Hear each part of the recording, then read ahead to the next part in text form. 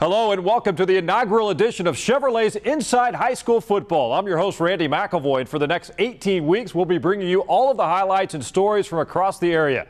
The season gets underway this Thursday, and to get you ready for Zero Week, we visited the top programs in the greater Houston area to give you an idea of what to expect. Matt Berry has more in this week's cover story. Since 1997, the Katy Tigers have been the standard by which all area teams measure themselves. Since that time, Katy has won 5 state championships, but none since 2008. Last season, they were upset by LaPorte 9-7 in the regional semifinals and have put in some hard work in the offseason to try and regain their edge. Senior tailback Adam Taylor missed all but one game in 2011 due to a season-ending knee injury in the season opener.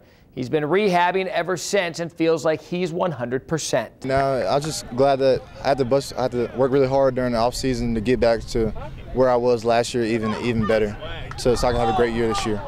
Junior tailback Rodney Anderson returns to give Katy arguably the best backfield in the state, and that's a luxury that head coach Gary Joseph is looking forward to. From that, we can let our quarterbacks grow up. Hopefully the play action pass and things like that.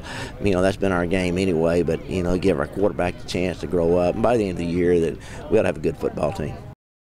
As we mentioned earlier, the LaPorte Bulldogs emerged as a serious contender with an upset win in the third round of the playoffs. Junior linebacker Jose Scott is quick to point out that has served as a great motivator this offseason. That gave us a lot of momentum, knowing that we beat the #3 team in the nation or whatever. That gave us a lot of momentum, like knowing that we can really be something next year because we got a whole bunch of people returning. This year we're gonna go all the way.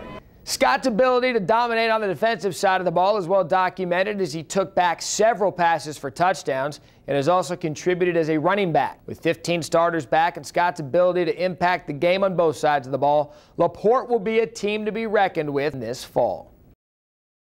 While LaPorte has every reason to be excited about the upcoming season, so too do the Manville Mavericks. In just their 6th season of varsity play, they advanced all the way to the state finals before losing to eventual state champion Aledo. With 9 starters back from last year, the cupboard is far from bare. Senior quarterback Shane McCarley returns after throwing for just under 2,000 yards last season and will have his favorite targets back, Kyrion Parker and Austin Bennett. There's definitely pros and cons into losing the state championship. Of course, everybody wanted us to win, but at the same time, now this year, everybody's even more hungrier for the state for that state ring. The people around the city has really bought into this program. What we're trying to do here is start a South Lake Carroll tradition. But this year we plan to make that next step in winning the state championship. So all we're trying to do over here is put people in college and build tradition.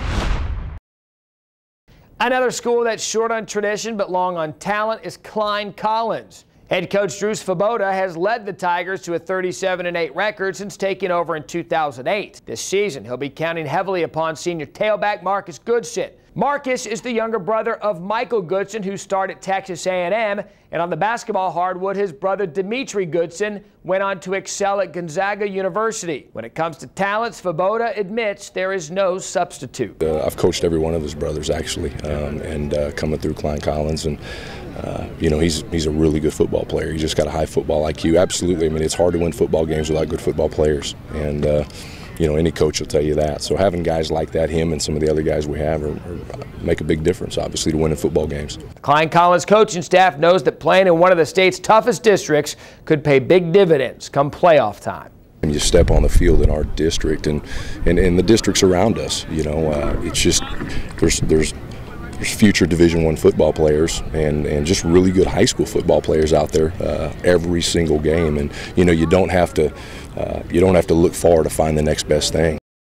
Another program looking to take the next step is Cinco Ranch. The Cougars have played in the shadows of Katy since the school opened in 2000, but head coach Don Clayton is optimistic that this could be a breakthrough season.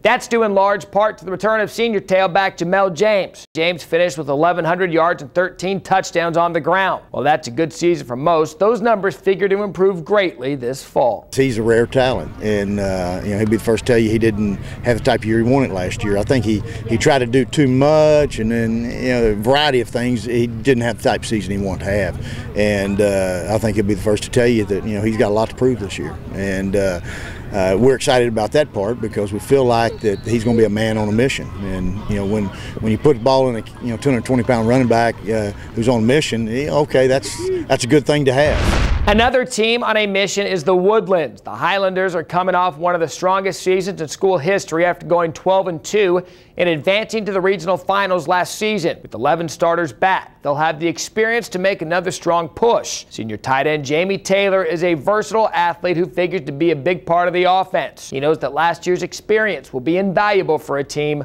looking to return to a state title game for the first time since 2003. Coming off last season, going 4 rounds deep, we definitely want to make it further, and we're expected to do well and have this pride walking around. You know that the programs run well, you work hard, you earn everything you get. We're just trying to work hard and play with emotion and get things done.